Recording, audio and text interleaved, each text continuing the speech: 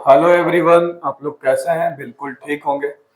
आप सभी छात्रों का science study centre YouTube channel में स्वागत है। आज हम लोग क्लास 10th का अध्याय 3 धातु एवं अधातु के विषय में पढ़ रहे हैं। पिछले क्लास में हमने धातुओं एवं अधातुओं को भौतिक गुण धर्म के आधार पे क्या किया था, डिफाइन किया था, बताया था।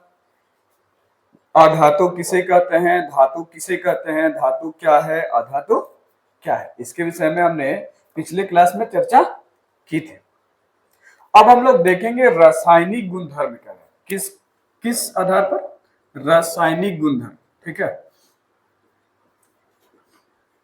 रासायनिक गुणधर्म हम आपको बताते चले कि जो रासायनिक गुणधर्म है वो रसायनों पर क्या है, आधारित है। हमने पीछे भी बताया कि जो परिवर्तन है वो परिवर्तन कितने तरह के, दो तरह के। एक परिवर्तन भौतिक भौतिक परिवर्तन, जिसके विषय में हमने कल पढ़ा, और आज हम लोग पढ़ रहे हैं कौन सा, रासायनिक परिवर्तन। ठीक है, इस रासायनिक परिवर्तन के आधार पर ही हम किसी भी धातु अधातु के गुणधर्म को क्या कर सकते हैं, समझ सकते हैं। रासायनिक परिवर्तन क्या है, वह परिवर्तन जिसमें दो या दो से अधिक धातु अधातु मिलकर एक नए उत्पाद का, एक नए पदार्थ का निर्माण करते हैं और जिसे हम लोग पुनः प्राप्त नहीं कर सकते, किसी भी विधि द्वारा हम उसे पुनः प्राप्त नहीं कर सकते हैं, तब वे पदार्थ, तब वे जो परिवर्तन है क्या कहलाएंगे, रासायनिक परिवर्तन। क्या कहलाएंगे, रासायनिक परिवर्तन कहलाएंगे। जैसे अगर आप दूध से दही बना लेते हैं, यदि आप दूध से क्या बना लेते हैं, दही, ठीक है, तो दूध से दही बना लिए तो दही से आप दूध बना सकते हैं, कभी कभी नहीं बना सकते। ठीक है, दूध से अगर आपने दही बनाया तो दही से आप दूध कभी नहीं बना सकते। तो ये जो परिवर्तन आपको दिख रहा है, ये कौन सा परिवर्तन है, रासायनिक परिवर्तन का एक उदाहरण है। ठीक है, अब हम लोग देखते हैं कि धातु और अधातुओं में इनके बीच कौन कौन से रासायनिक गुणधर्म हैं। ठीक है, चलिए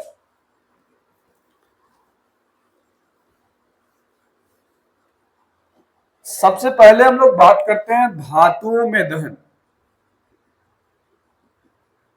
धातुओं में दहन मतलब यदि जो धातु है उनको जलाया जा रहा है, किसकी उपस्थिति में, वायु की उपस्थिति में। ठीक है, कह रहा कि धातु प्राय वायु की उपस्थिति में गर्म होकर धात्विक ऑक्साइड बनाते हैं। क्या बनाते हैं, धात्विक ऑक्साइड।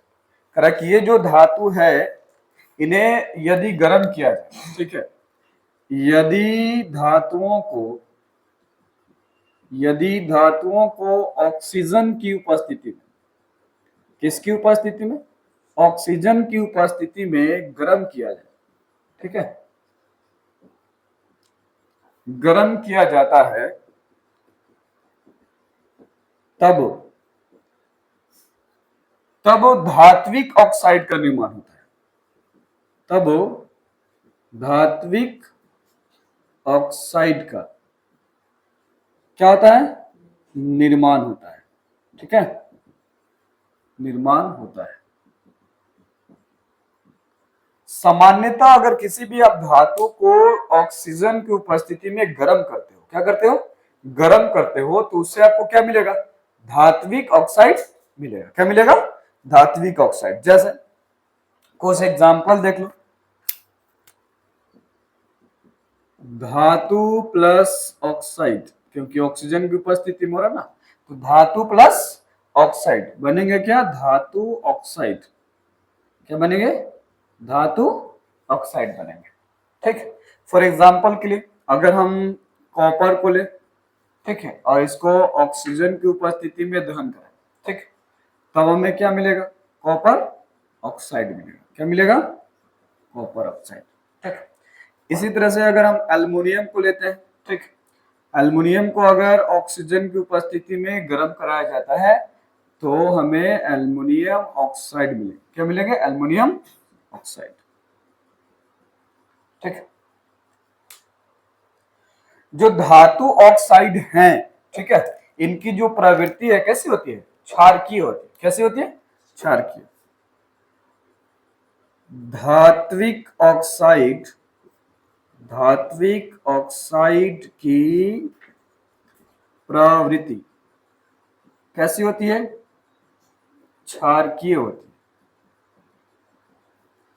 कैसी होती है, क्षारकीय होती है। ठीक है। अब एक आता है उभयधर्मी ऑक्साइड। कौन सा, उभयधर्मी ऑक्साइड। ठीक है, उभयधर्मी ऑक्साइड। ये उभयधर्मी ऑक्साइड क्या है, ऐसे धातु ऑक्साइड जो अम्लीय और क्षारकीय दोनों गुणों को क्या करते हैं, प्रदर्शित करते हैं, बताते हैं, तब हम उन्हें, उनके ऑक्साइड को क्या कहते हैं, उभयधर्मी ऑक्साइड कहते हैं। ठीक है, लिखिए ऐसे, ऐसे धातु ऑक्साइड, ठीक है, ऐसे धातु ऑक्साइड जो अम्ल एवं क्षार, अम्ल एवं क्षार दोनों के, दोनों के गुणधर्म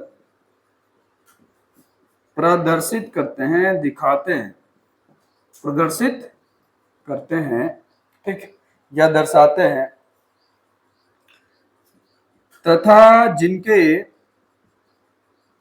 जिनके अभिक्रिया के फलस्वरूप, जिनके अभिक्रिया के फलस्वरूप लवण और जल, लवण और जल प्राप्त होते हैं,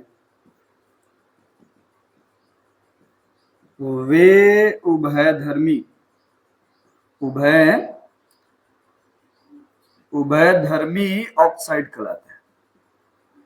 क्या कहलाते हैं, उभयधर्मी ऑक्साइड कहलाते हैं।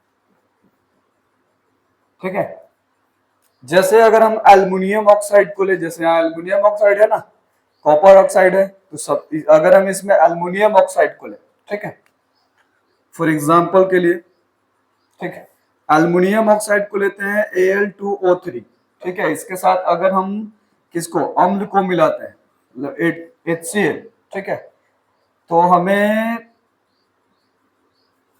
Al, ठीक है, AlCl3 प्लस क्या मिलेगा, एक हमें लवण मिला और एक हमें जल मिल गया।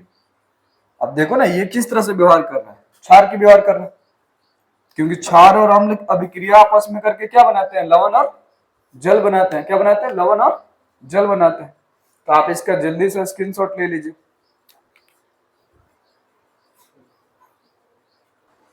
आइए आगे देखते हैं। ठीक है, हमने कहा कि धातुओं में दहन करने से क्या बनते हैं, ऑक्साइड बनते हैं। क्या बनते हैं, ऑक्साइड बनते हैं। ठीक है, हमने इसमें पहला जो गुणधर्म देखा वो देखा कि जो धातुएं हैं, ठीक है, उनके ऑक्साइड प्रायः क्या होते हैं, क्षारकीय होते हैं। क्या होते हैं, क्षारकीय होते हैं।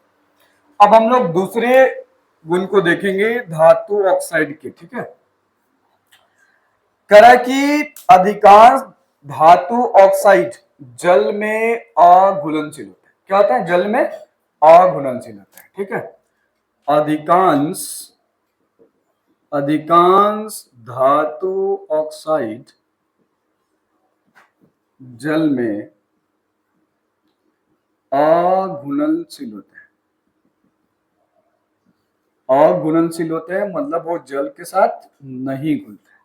ठीक है, कुछ अपवाद भी हैं, कुछ जल के साथ घुलते भी हैं। ठीक है, अपवाद, कुछ ऐसे भी धातु हैं जो जल के साथ घुलकर क्षार प्रदान करते हैं। ठीक है, कुछ धातु ऑक्साइड जल के साथ, जल के साथ घुलकर क्या प्रदान करते हैं, घुलकर क्षार प्रदान करते हैं। ठीक है,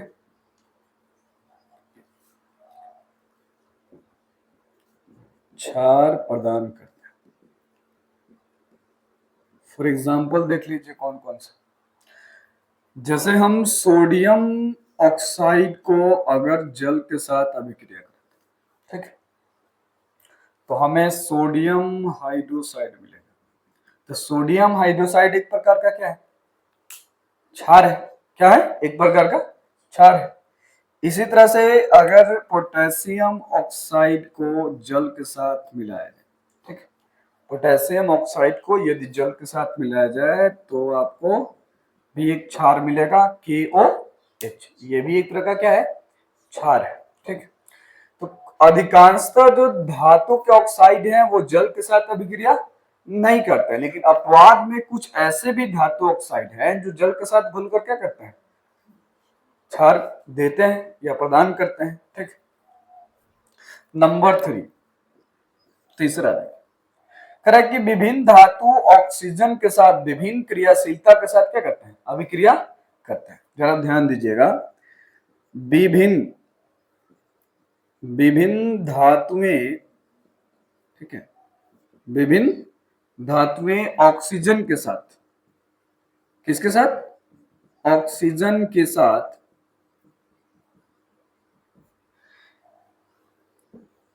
विभिन्न क्रियाशीलता, विभिन्न क्रियाशीलता के साथ अभिक्रिया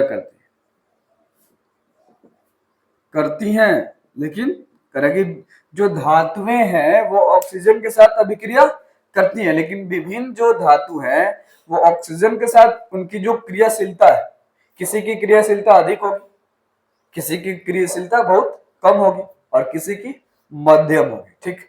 अगर हम बात करें पोटेशियम सोडियम, ठीक है, अगर पोटेशियम और सोडियम की अगर हम बात करें तो ये कैसे करते हैं, बहुत तेजी के साथ करते हैं।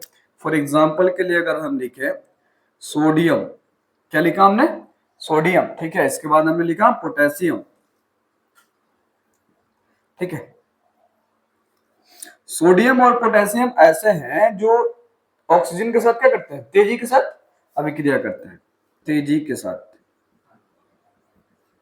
क्या करते हैं जी, अभिक्रिया करते हैं।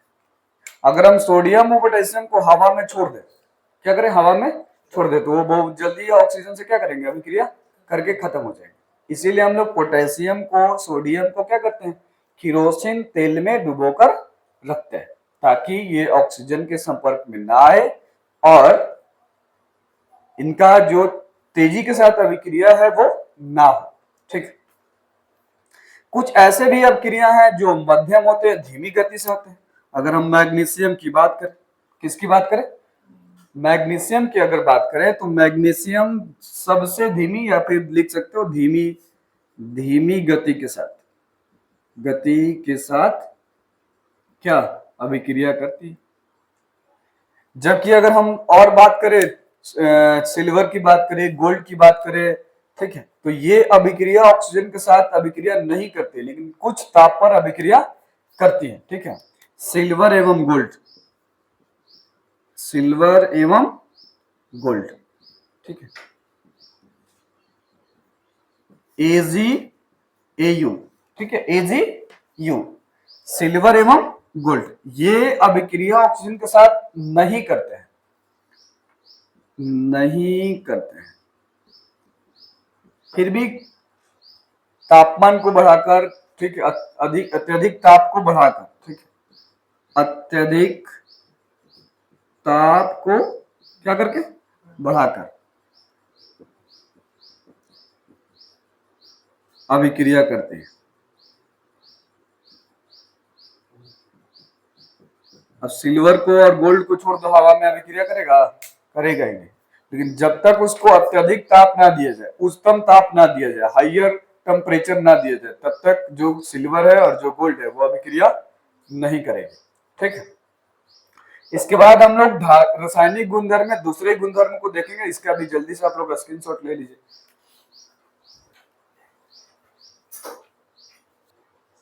अभी हम लोग देख रहे थे धातुओं में दहन, क्या देख रहे थे, धातुओं में दहन, ठीक है। अब हम लोग दूसरे गुणधर्म को देखेंगे, ठीक है। नंबर 2, धातुओं का जल के साथ अभिक्रिया, धातुओं का जल के साथ अभिक्रिया, ठीक है। धातुओं का जल के साथ अभिक्रिया, अगर कोई भी धातु जल के साथ अभिक्रिया करता है, ठीक है, कोई भी धातु अगर जल के साथ अभिक्रिया करता है तो आपको क्या मिलेगा? धातु ऑक्साइड मिलेगा। पहले धातु ऑक्साइड, इसके साथ आपको हाइड्रोजन गैस मिलेगा, ठीक है। इसके बाद आपको उष्मा मिलेगा, जहां से उष्मा क्या होगी? बाहर निकलेगी। कह रहा है कि धातुओं को अगर जल के साथ अभिक्रिया कराया जाए तो हमें धातु ऑक्साइड, हाइड्रोजन और उसके साथ उष्मा मिलेगी, ठीक। फॉर एग्जाम्पल के लिए देख लीजिए, अगर हम पोटेशियम को अभिक्रिया कराते हैं, पोटेशियम क्या धातु है, पोटेशियम को अगर जल के साथ अभिक्रिया करा रहे हैं, ठीक है, तो हमें potassium hydrogen, potassium hydroxide, potassium hydroxide, और उसके बाद हमें क्या मिल रहा है? H2, क्या मिल रहा है? H2, ठीक। इसी तरह से अगर हम सोडियम को अगर कराते हैं, ठीक, सोडियम को अगर जल के साथ अभिक्रिया करा रहे हैं तो हमें क्या मिलेगा? Sodium hydroxide, sodium hydroxide plus H2 plus क्या? उष्मा। इसका मतलब यहाँ धातु ऑक्साइड ना लिख के हम क्या लिख सकते हैं? धातु हाइड्रा ऑक्साइड, क्या? धातु हाइड्रा ऑक्साइड लिखिए, हाइड्रा ऑक्साइड, ठीक है, मतलब जिसके साथ OH ग्रुप आ रहे हैं, क्या है? OH ग्रुप, ठीक है। धातु हाइड्रा ऑक्साइड, इसके बाद हाइड्रोजन, इसके बाद फिर उष्मा की क्या होगी? प्राप्ति होगी। अब इसमें भी कई ऐसे धातु ऑक्साइड हैं, ठीक है, जो जल में घूमते हैं, जल के साथ नहीं घुलते हैं, अभिक्रिया करते हैं, नहीं करते हैं, ठंडे जल के साथ करते हैं, गर्म जल के साथ करते हैं, वाष्प के साथ करते हैं, ठीक है। तो सब बारी बारी से हम लोग लिख लेते हैं। नंबर 1, इसमें नंबर 1, ठीक, धात्विक ऑक्साइड जल में घुलकर धात्विक हाइड्रोसाइड देते हैं, ये तो हमने देख लिया। दूसरा देखते हैं, करें कि सभी धातुएं जल के साथ अभिक्रिया नहीं करती। सभी जो धातुएं हैं, सभी धातुएं जल के साथ अभिक्रिया नहीं करती। सभी धातुएं जल के साथ अभिक्रिया नहीं करती, ठीक है। जैसे अगर हम एग्जांपल में लें तो लेंगे लेड, कॉपर, ठीक है, सोना भी है, गोल्ड जिसको कह सकते हो, ये सब जो है जल के साथ क्या करता है? अभिक्रिया नहीं करता है, ठीक है।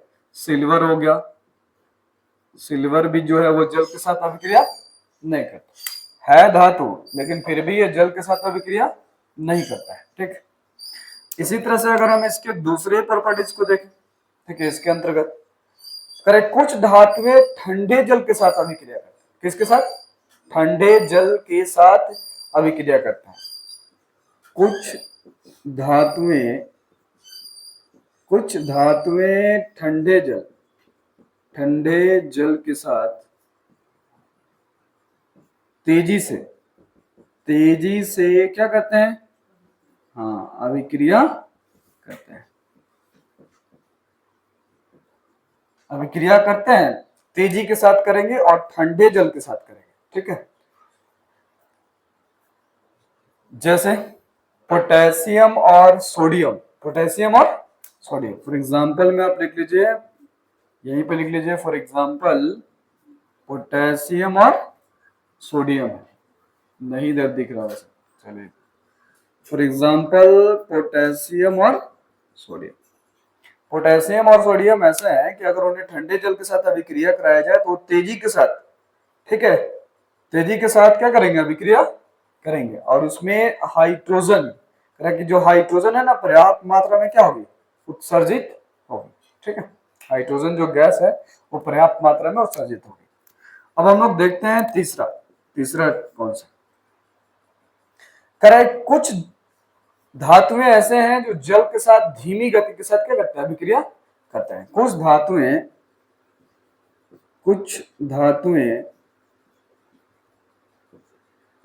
जल के साथ धीमी गति, ठीक है, धीमी गति से अभिक्रिया करते हैं।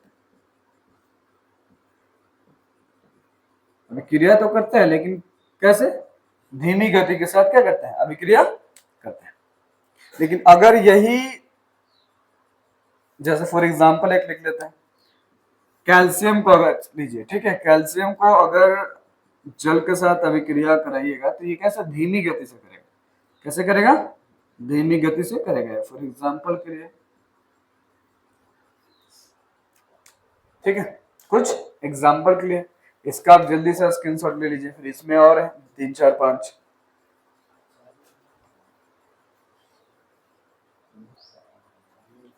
चलिए अब देखते हैं हम लोग 4 नंबर, ठीक है, कितना नंबर, 4 नंबर। कुछ धातुएं ऐसी हैं जो शीतल जल के साथ अभिक्रिया नहीं करती हैं, गर्म जल के साथ भी अभिक्रिया नहीं करेंगे, लेकिन वाष्प के साथ जलवाष्प के साथ क्या करेंगे, अभिक्रिया करेंगे, ठीक है। कुछ धातुएं लिखेंगे अगर 4 नंबर, कुछ धातुएं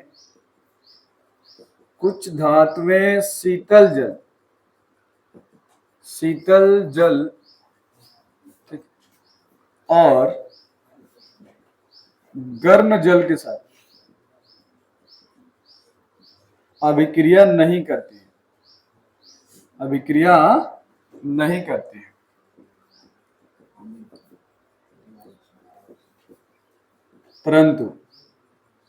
परंतु जलवाष्प,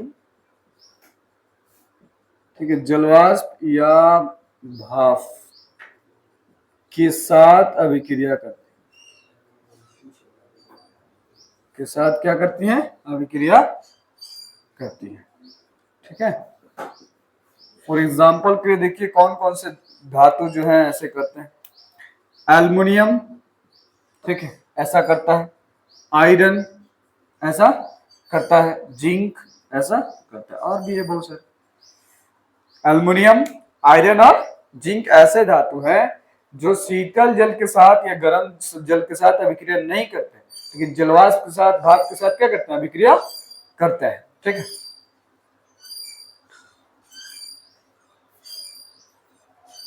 कुछ ऐसे भी हैं जो शीतल जल के साथ अभिक्रिया नहीं करते हैं परंतु गर्म जल के साथ अभिक्रिया करते हैं, ठीक है। 5 नंबर। कुछ धातुएं शीतल जल के साथ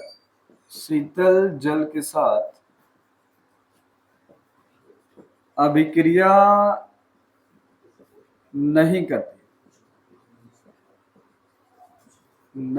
करती, ठीक है, परंतु गर्म जल के साथ